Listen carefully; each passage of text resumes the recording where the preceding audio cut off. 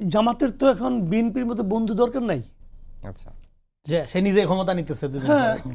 আপনি দেখেন যখন আমরা জোট করি, যখন আমরা জোট করি আর কি, যখন পলিটিক্স জোট হয়, নির্বাচনী জোট হয়, নির্বাচনী ঐক্য হয়, কে কার সঙ্গে জোট করে? যে নিজেই মানে আপনার ফার্স্ট আর সেকেন্ড কখন কিন্তু জোট হয় না কিন্তু। কারণ ফার্স্ট আর সেকেন্ড কে কেন জোট করবে? তাদের মধ্যে থেকে একজন তো ফার্স্ট হবে, তো সে জোট করবে কেন?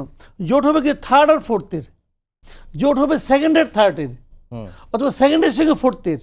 মানে সেকেন্ড জোট করবে কেন? এই বর্তমানে যিনি ফার্স্ট হতে চাচ্ছেন তাকে টপকানোর জন্য, তাই না? এখন বিএনপি আর জামাত তো ফার্স্ট আর সেকেন্ড, এখানে জোট হওয়ার তো কোনো সুযোগই নেই। যেমন আওয়ামী লীগ কী করেছিল? জাতীয় পার্টির সঙ্গে জোট করছিল কেন? বিএনপি যাতে না আসতে পারে, বিএনপিকে ফেরানোর জন্য তারা আরেকটু শক্তি সঞ্চয় করছিল। এই তো এখন যার সঙ্গে জোট হচ্ছে সে কিন্তু নিঃসন্দেহে তার চেয়ে অনেক কম শক্তির, কিন্তু তাকে নিয়ে ওই সামান্য গ্যাপটুকু সে কভার করতে চায়। কাজে যতক্ষণ পর্যন্ত মার্কেটে আওয়ামী লীগ না আসতেছে ততক্ষণ পর্যন্ত বিএনপির সঙ্গে তো জামাতে জোট করার কোনো প্রয়োজনই নাই।